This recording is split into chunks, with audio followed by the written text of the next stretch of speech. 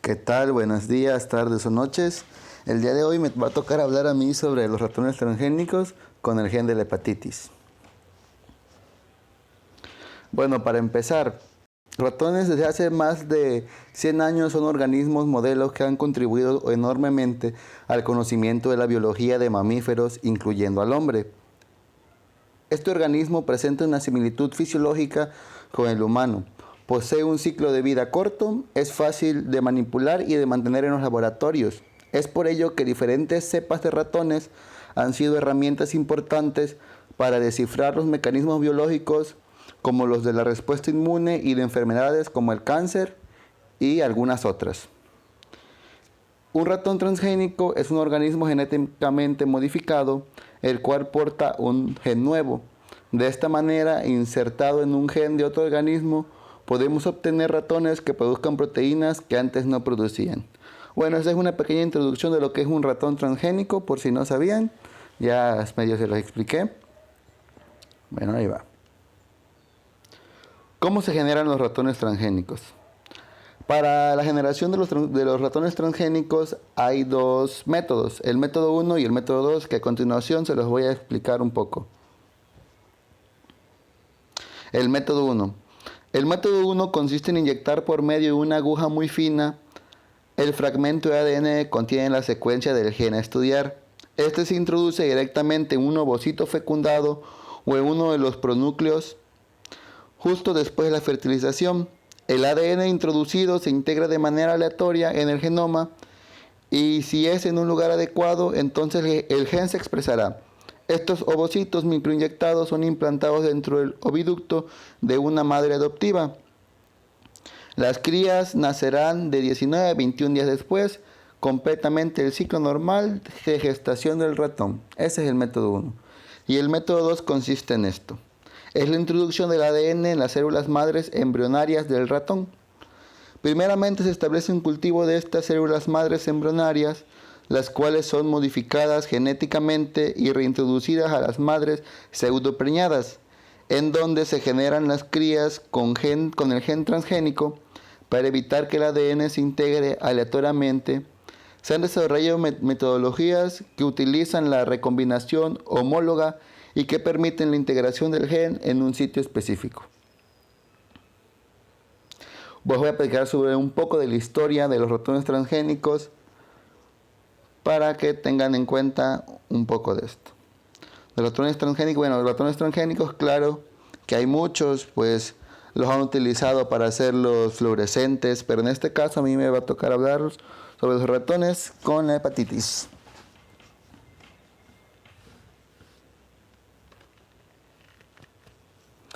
Los ratones transgénicos se produjeron esencialmente como se describe por Brinster. Un ADN E. coli HBV de 3.2 kilobytes clonado. El fragmento se publicó en un gel de vector y se inyectó en el pronúcleo masculino de embriones de una célula obtenidos de F1 hembras. Se separaron con machos CD1. Después de la transferencia de embriones inyectados a hembras pseudopreñadas, nacieron 34 animales, de las cuales pusieron dos nombres, G7, que era el hombre, y G26, que era la mujer. Fueron identificados como transgénicos por análisis de transferencia Saugner del ADN obtenido de la cola distal, segmentos después de que G7, que es el hombre, y G26, la mujer, se separaron con ratones normales. G7 engendró 30 descendientes, los cuales 20 eran transgénicos. Hablando de porcentaje, era un 67%. Mientras que la mujer G26, bueno, la hembra, produjo 13 descendientes, de los cuales 2 fueron transgénicos. Sin embargo, G26, la mujer, transgénicos transmitieron VHB secuencias a 11, de 22 al 50% de sus descendientes. La enfermedad, la hembra la transmitió al 50% a sus descendientes. Esa es un poco de la historia de cómo llegaron a ser los ratones transgénicos.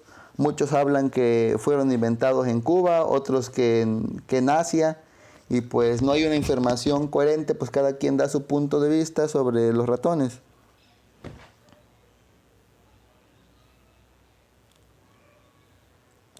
La correlación del ADN y del antígeno de superficie del virus de la hepatitis B en tejidos de animales transgénicos.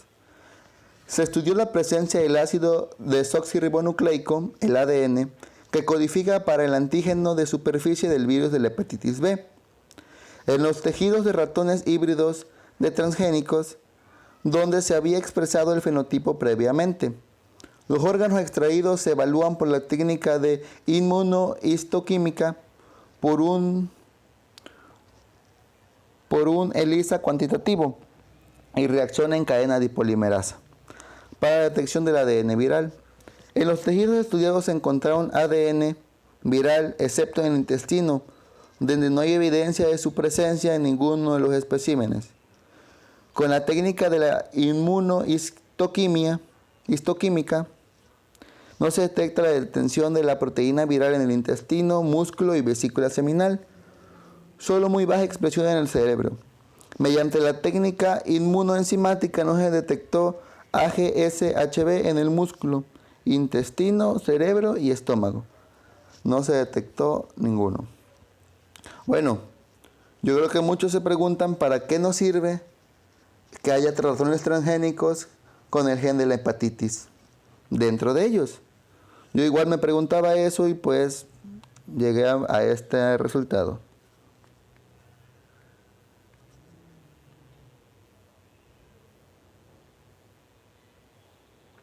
A ver los buenos. Estas variaciones pueden ser en sí mismas funcionales y estar relacionadas con la fisiopatología de la enfermedad, pero en la mayoría de los casos son utilizados para el mapeo y ubicación de los verdaderos sitios relevantes. Los dos acercamientos posibles del gen candidato, cuando existe evidencia previa de la funcionalidad de la variante o el de la asociación indirecta. Actualmente la técnica de asociación genómica amplia está siendo utilizada para la realización de un cribado del genoma completo, con el fin de establecer posibles sitios de asociación. Estos estudios se articulan en forma horizontal con estudios de modelos genómicos animales. Son utilizadas para el mapeo, como ya lo dije, y ubicación de verdaderos sitios relevantes. Los dos acercamientos posibles son del gen candidato, cuando existe evidencia previa de funcionalidad de variante o el de asociación indirecta. Posiblemente las posiciones relacionadas descritas en los estudios de mapeo genético de ratones u otras especies podrían explorarse más tarde en ensayos de asociación humana.